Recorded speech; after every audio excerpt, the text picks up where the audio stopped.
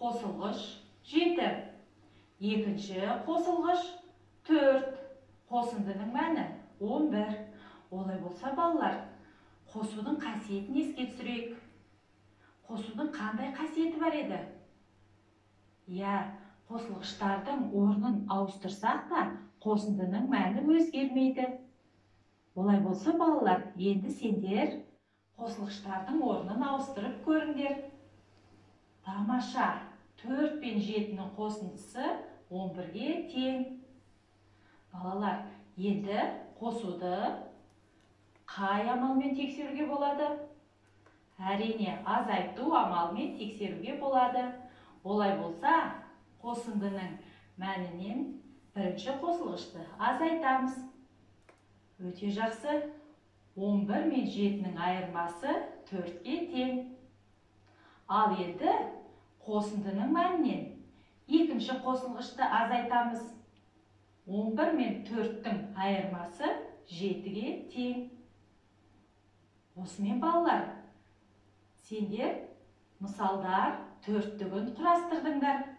Тамаша, не байқадыңдар? Әрине, қосуға азайту кері амал екендігін байқадыңдар. Енді келесі қобдишадағы да сандар мен теңдіктер 4-тігін құрастырып көрейік. 8 бен 3-тің қосындысы 11-ге тең. Енді қосылғыштардың орнын ауыстырып көреміз. 3 пен 8-дің қосындысы 11-ге тең. Енді қосуды азайтумен тексеріп көрейік.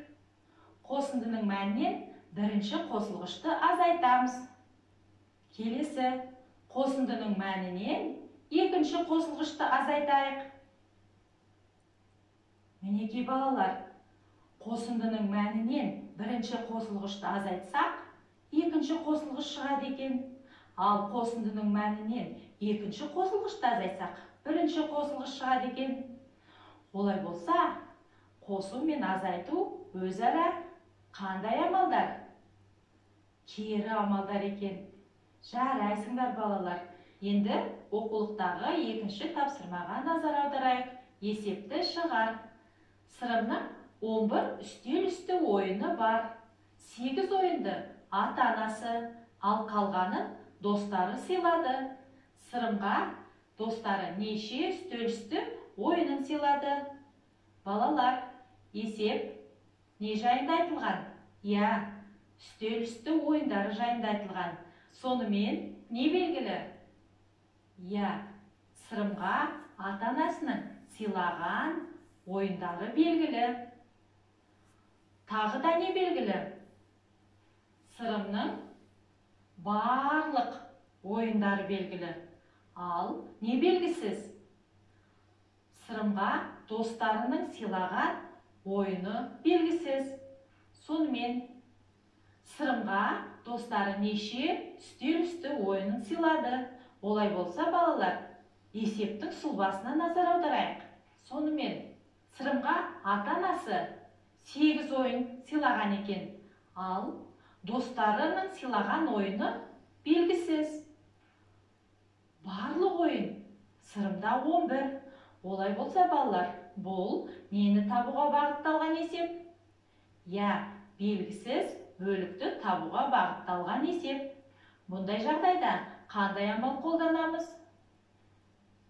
Әрине, азайту амалын қолданамыз. Бүтіннен белгілі бөлікті азайтамыз. Енді жауабын тексеріп көріңдер. Шешуі 11 мен 8-дің айырмасы 3-ге тең. Жауабы достары 3 үстел үсті ойынын сыйлаған екен. Балалар, енді келесі сұлбаға назар аударайық. Ата-анасы сыйлаған ойын белгісіз. Достары сыйлаған ойын 3. Барлық ойыны 11. Не байқадыңдар? Алдыңғы есепке кері есеп болып тұрған байқадыңдар. Яғни, алдыңғы есептегі белгілі мәлімет бұл есепте белгісіз. Ата-анасы белгісіз, достары 3 ойын сыйлаған екен.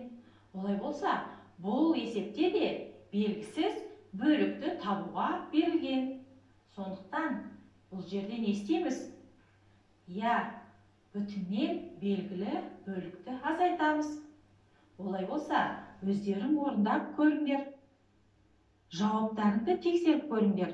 Шешуі 11 мен 3-тің айырмасы 8-ге тең. Жауабы ата-анасы 8 үстел үсті ойынын сыйлады. Жарайсыңдар балалар. Енді келесі сұлбаға назар аударыңдар. Бұл жерде ата-анасының сыйлаған ойыны 8, достарының сыйлаған ойыны 3. Барлық ойын белгісіз. Балалар, бұл жерде нені табуға бағытталған есеп? Әрине, белгісіз бүтінді табуға берілген есеп. Белгісіз бүтінді табу үшін белгілі бөліктерді қосамыз. Олай болса, шешуін өздерің орындап көріңдер. Енді тексеріп көріңдер. Шешуі 8 пен 3-тің қосындысы 11-ге тең.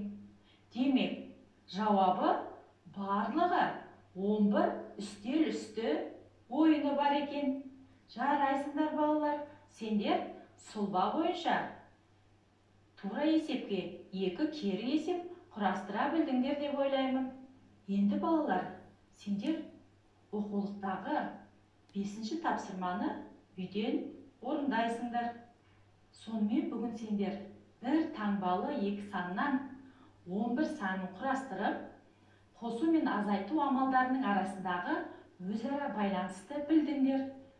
Сұлба бойынша кері есептер құрастырып, оларды шығара білдіңдер. Сондай-ақ диаграммаға қарап, теңсіздіктер құрастыра алдыңдар. Бүгінгі сабақты сендер өте жақсы меңгерді деп ойлаймын. Осымен сабағымыз аяқталды.